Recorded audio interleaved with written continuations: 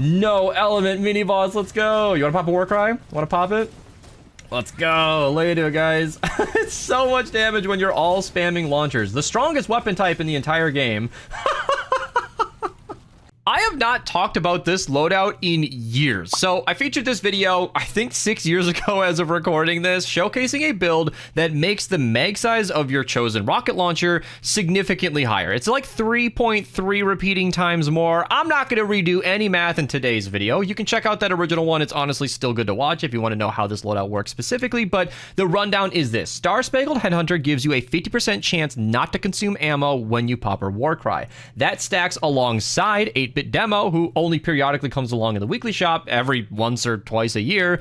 That adds another 20% chance to not consume ammo. When you have a 70% chance not to consume ammo, say you're firing 100 shots, then you've got 30 left, then that 70% applies to that 30. So you'll shoot like all the way down to, 10 or less, maybe 8. Then it applies to those as well. That's why it's not just, 1.7x. It's actually a lot more forgiving than that. So with 8-Bit Demo and support and Star-Spangled Headhunter's Warcry active, you get a significantly higher mag size. I plan to be running a cannonade today with only 8 magazine because I still prefer reload. It should be able to fire over 24 times before having to stop to reload. And best yet, that applies to your teammates as well. So if you have more than 1 people running this loadout, you can get a near infinite uptime. The contrast, however, is you need Happy Holidays and 3 support perks to make sure that Warcry lasts as long as possible. So Colonel Wildcat, straight out of the base game, gives you a 17% cooldown. You will want that. Then you've got Ghoul Trooper Ramirez, and Jonesy, I believe, does the exact same thing from the Fortnite Mirror section.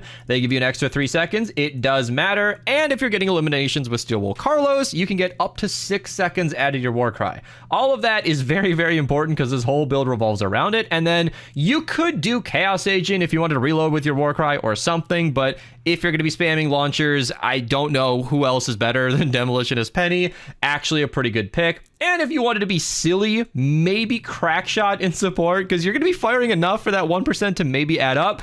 I'm not going to be messing with that today. There are some fun things to do. And then, of course, Assault Ammo Recovery doesn't count because he's only ARs and SMGs. So it's a really weird build that I've only featured once 6 years ago, and I think it's made an appearance in some other videos like my V6 launcher, and I probably did a Cannonade video or the Bowler or something. I've shown a lot of launchers on this channel where I might have used that build, but it hasn't been featured in its own video for years until today. All right, so we're in a 160. Time to show off exactly what this can do. You pop a war cry and look at the ammo capacity not going down. You could just shoot and shoot and shoot and shoot. I didn't exactly count how many shots were there, but it's a lot. And the Cannonade isn't the strongest launcher in the game, but it is actually fully automatic.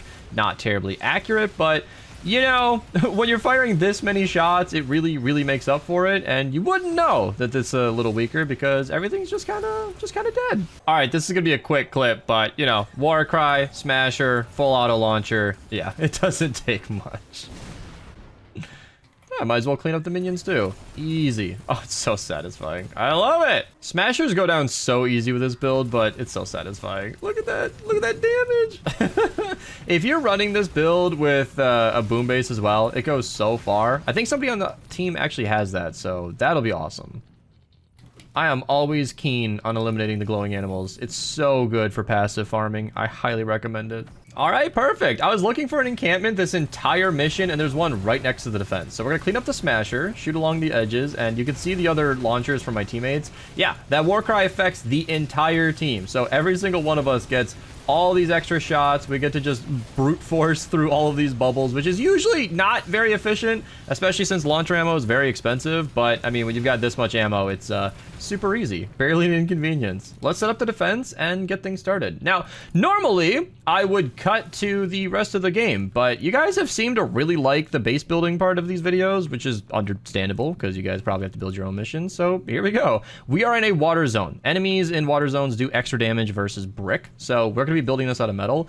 This is the standard setup. I know modern movement means you probably could have double jumped or I don't even know, ran up this wall kind of like that, but I don't know how to do it. So I think you need more of a running start. Now, this mission has a couple of options. Because it's water, we could build out of nature sealing electric fields, which I highly recommend, by the way. A nature 130 sealing electric field will do more damage than a 144 energy. So I highly recommend crafting at least a half stack of each or something. You know, you could craft a stack of one, change the element, whatever, get them both 144, whatever works for you.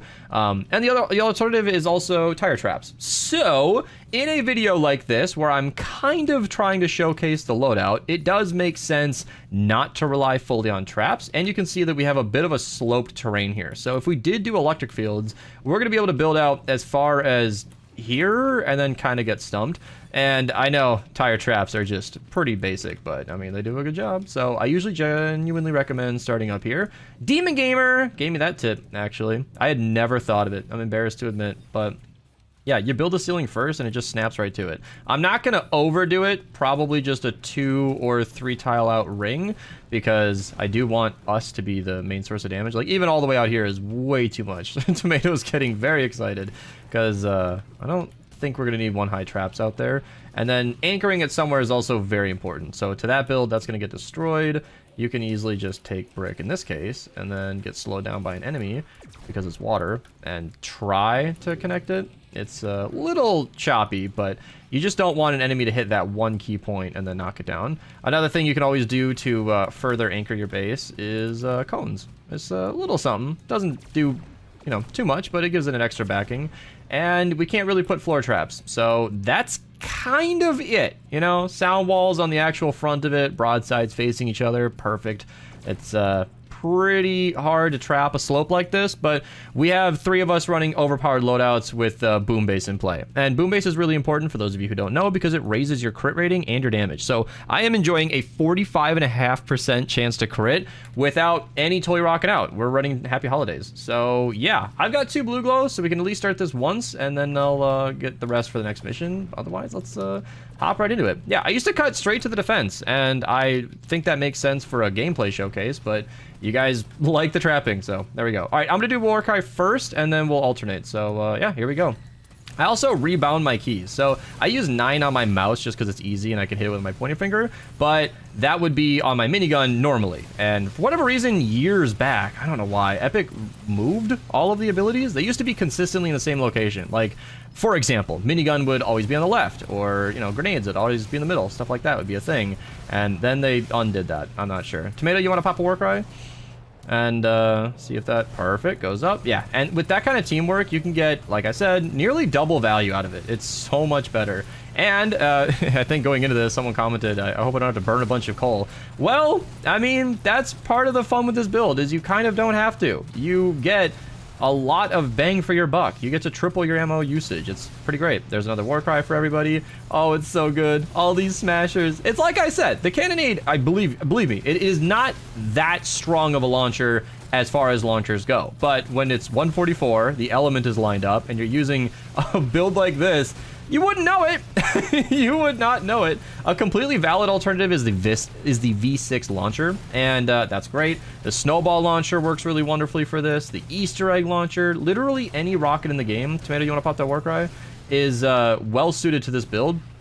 And I don't know if he's got it up yet, or maybe it is and I'm not paying attention. Too far away. Perfect, that's fine. I'll have it up in a second. But that's where 8-Bit Demo can kind of back it up, because a 20% chance to not consume ammo is not too bad. I can even take this in between time. You don't get infinite ammo, you guys. There's my Warcry for everybody.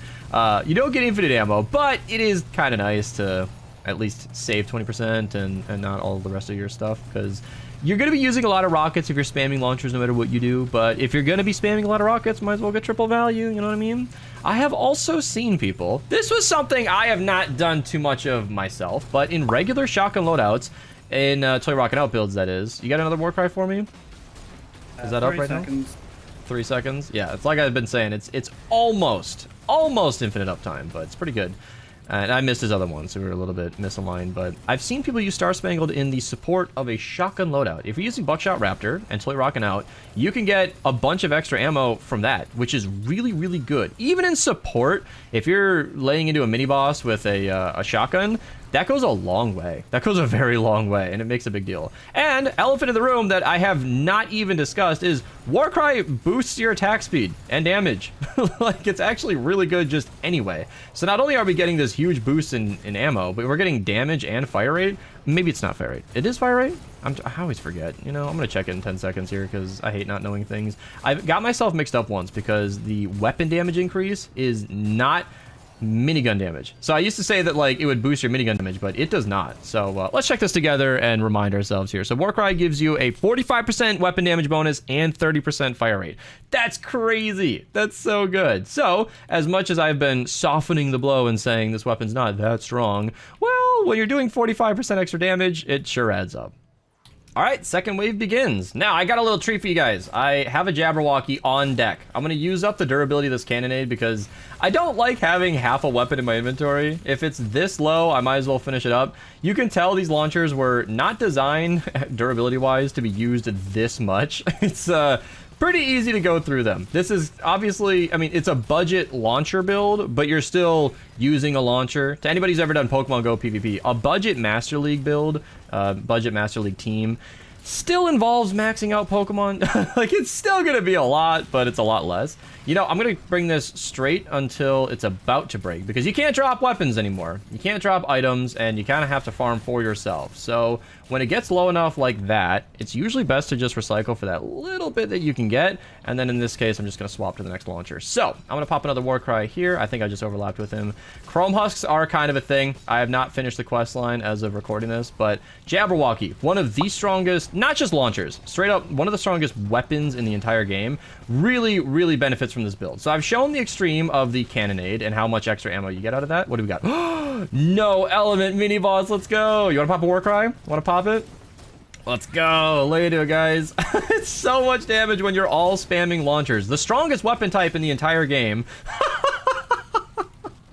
With so much ease.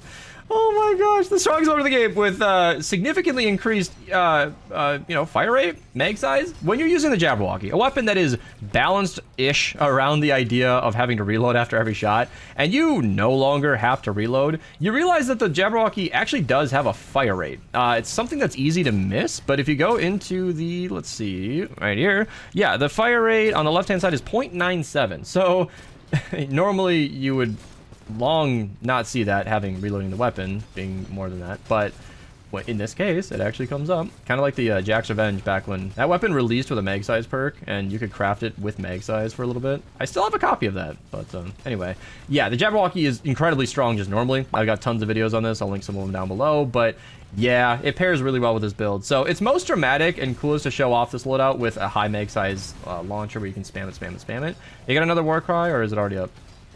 I just sent it. Perfect. But a high damage weapon like this really, really goes a long way. Especially when you can see it's just one-shotting every little thing. It's so good. I need to turn around and deal with these smashers. Look at that damage!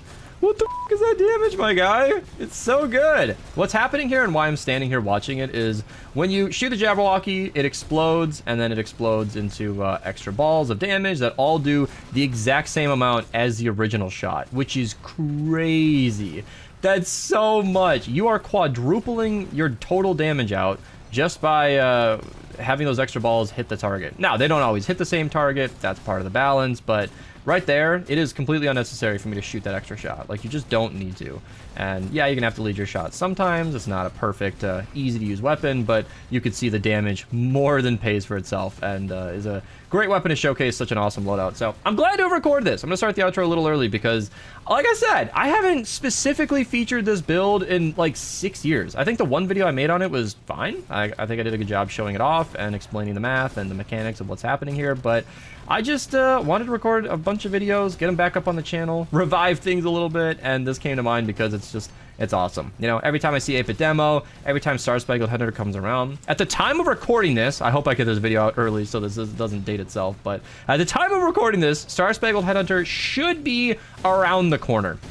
I'm recording this before that season has technically started, but she should be out during the pirate season. So if you're looking forward to building this for yourself, she'll be out in just a couple of months or soon, depending on when you're watching this. Or as always, you can hero voucher her. She's an extremely unique hero. Nobody else does what she does, and she's required for this build. So there you go. Hope you guys enjoyed. Subscribe if you're new. Like the video if you liked it. Recommended videos here at the end. Description always has stuff that I mentioned throughout. And I'll see you guys next one. Use code Mista at your checkout and go get some ice cream. You deserved it.